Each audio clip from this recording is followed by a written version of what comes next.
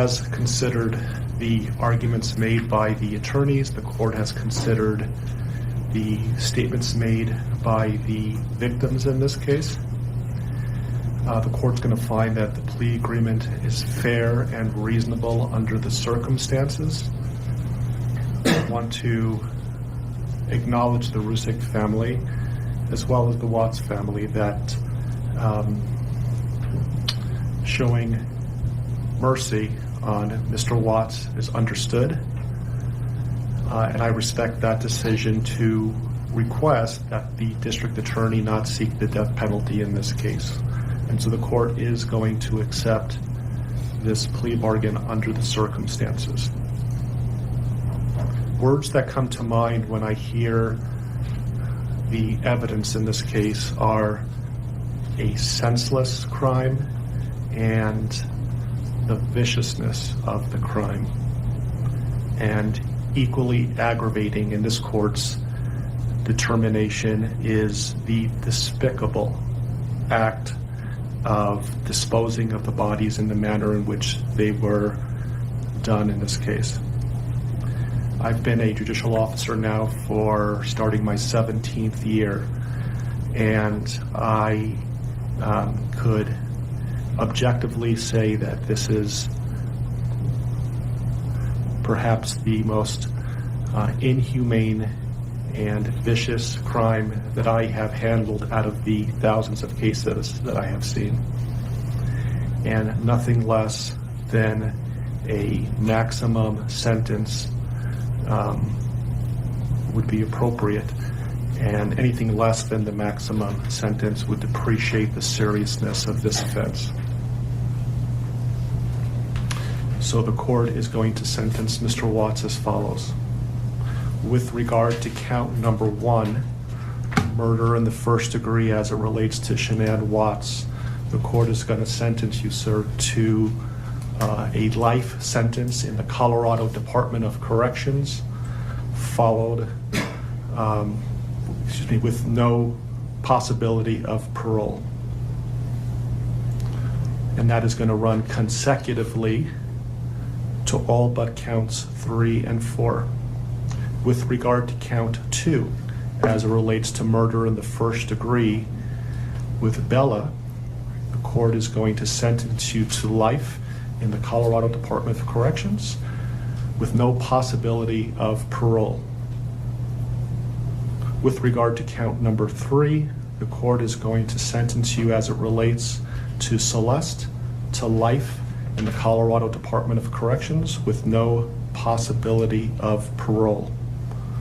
With regard to counts 4 and 5 relating to Bella and Celeste as a different theory of first-degree murder, the court is going to sentence you to life in the Colorado Department of Corrections, and legally those sentences must run concurrently as a different theory of first-degree murder.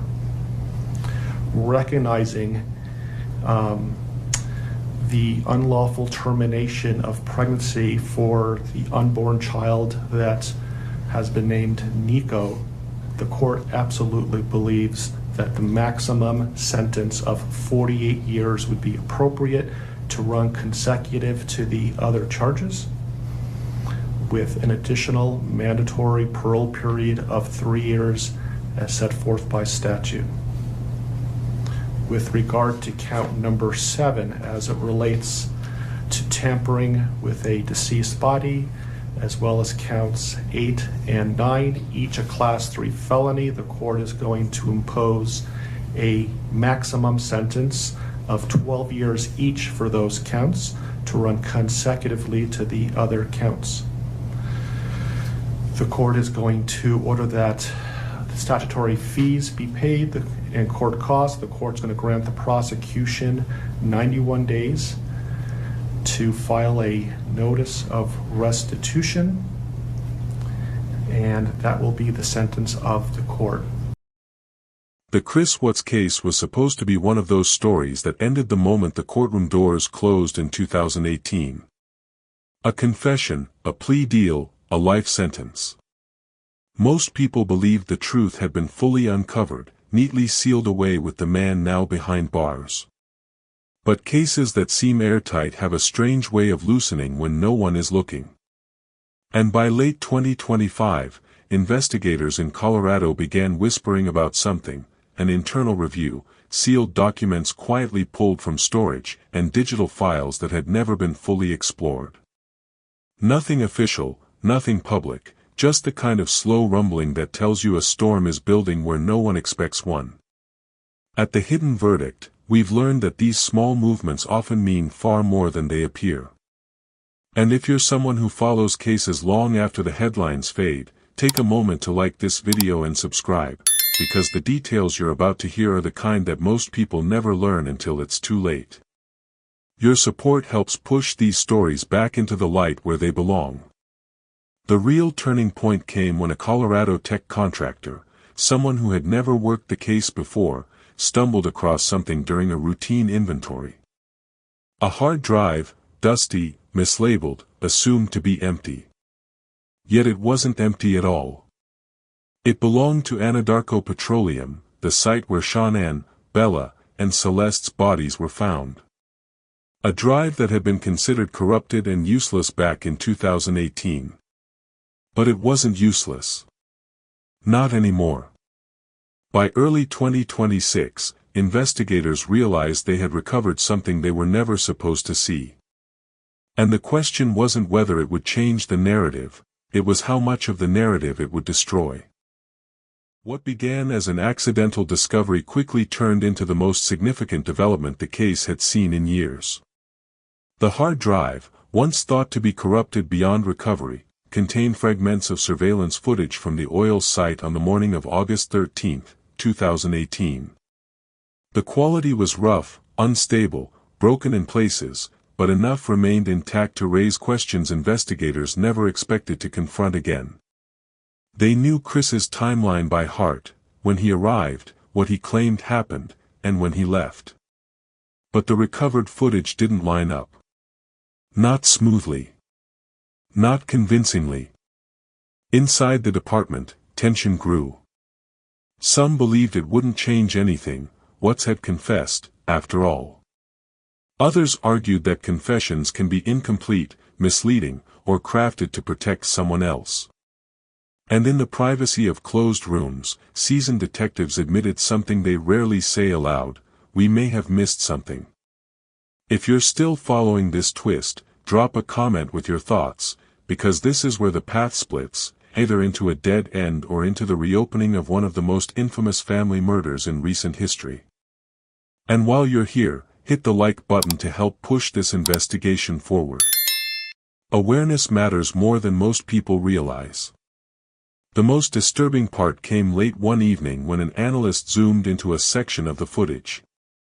A figure moved near Chris's truck. But Chris wasn't supposed to be the only figure. Not according to the official timeline. The shape was blurred, the movements brief, but undeniably human. Investigators paused, replayed, and replayed again. The footage wasn't clear enough to identify a face or even a build. But it was clear enough to raise a question that shouldn't have existed in a case supposedly solved years ago. Someone else might have been at the site. And that changed everything. The recovered footage was handed off to digital specialists who spent weeks analyzing it frame by frame. Their task wasn't to identify the person, it was simply to confirm whether the figure was human. And it was. The grainy silhouette appeared just seconds after Chris walked around the passenger side of his truck. Too quick to be a trick of the light. Too coordinated to be a glitch. Someone else was there. Theories exploded inside the investigative team. Was it a coworker? Was it an unknown witness? Or was it someone who had reason to be at the site before the police ever arrived? The existence of that shadow threatened the foundation of Chris's confession, because he had always insisted he was alone. As the footage circulated through analysts, pressure began to mount. If you've ever felt that a detail this big should never stay buried, share this video. Every share keeps the conversation alive and might reach someone who saw something years ago but didn't understand the importance at the time. One analyst noticed something subtle but chilling: the shadowed figure did not move like Chris. Their posture, height, and stride were different, even through the distortion. That made the team revisit something they rarely questioned: the accuracy of the oil site timeline. Cell phone records, gate logs, work schedules. Suddenly, inconsistencies appeared where none had been noticed before. Small things, but enough for seasoned investigators to raise their eyebrows.